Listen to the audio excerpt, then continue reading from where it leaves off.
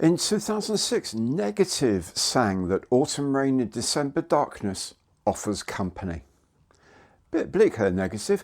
You can get better company watching Monday Matters right here on Gary Stuff.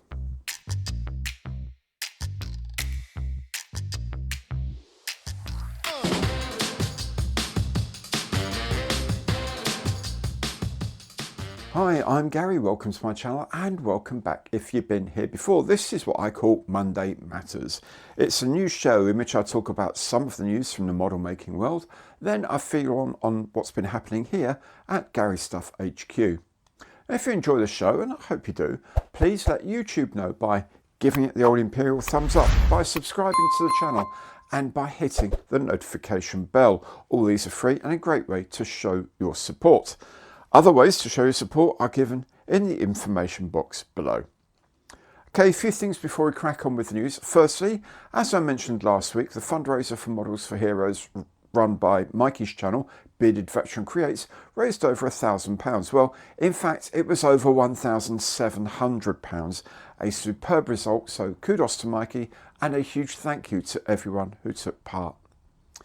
Secondly, the last raffle prize, the Airfix SA2 missile set, was won by Bruce Robb. Well done, Bruce. He's already received the kit. Thank you to everyone who bought tickets.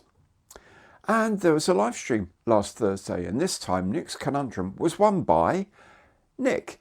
He fooled us all with a superb Supermarine S5 racer kit in 1/25 scale, made of paper. Yes, a paper plane, as the mighty Status Quo sang in 1972. Of course, now I've got to do a box review and, heaven forfend, even build the darned thing. Oh well, nothing ventured and all that. Nick is going to donate a kit to Models for Heroes for winning, so thank you, Nick. Well, that's the housekeeping out the way for the moment. Join me later for news of my next raffle and other things happening at HQ. But for now, let's look at the news that caught my eye from the big wide world of model making this week.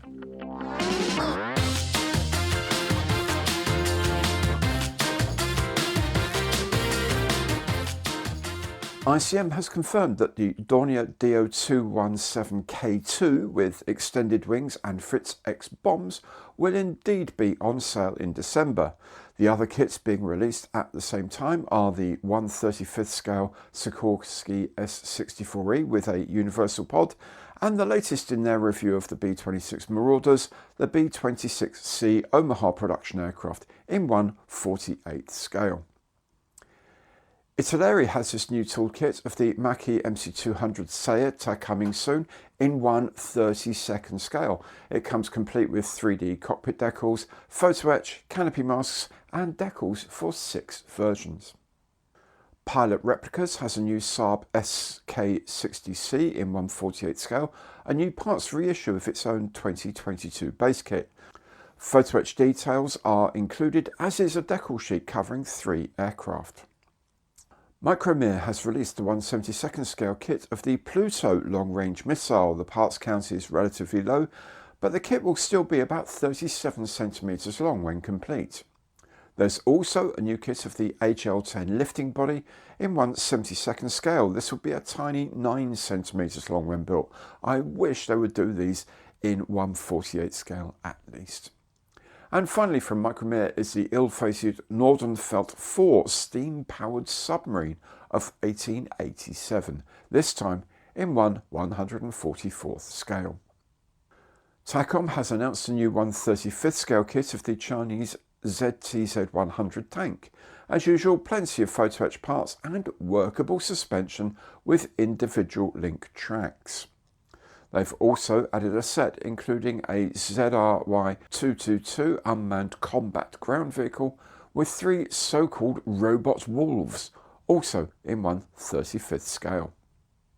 From Miniark comes this new Kraftwerkzeug 1 Type 170 VK troop carrier in 1/35th scale. As usual, highly detailed with a full engine and plenty of photo etch.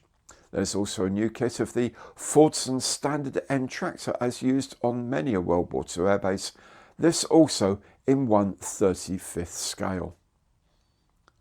Academy has announced a 1/35th scale kit of the Korean K808 wheeled armoured vehicle. This will hit the shops sometime next year. While also slated for next year is this M24 Chaffee light tank from Gecko in 1/16th scale. Alfa Model has a new 1/24th scale kit of the Ferrari Purosangue, the company's first four-door sport utility vehicle. While somewhat more, dare I say, Ferrari is this 1/24th scale 625 Testarossa from JPG Models. And finally, the battle you've all been waiting for, the Seleucid elephants versus the Ptolemaic elephants from the Battle of Raphia in 217 BCE, all lovingly crafted in 1/72nd scale by Linear A.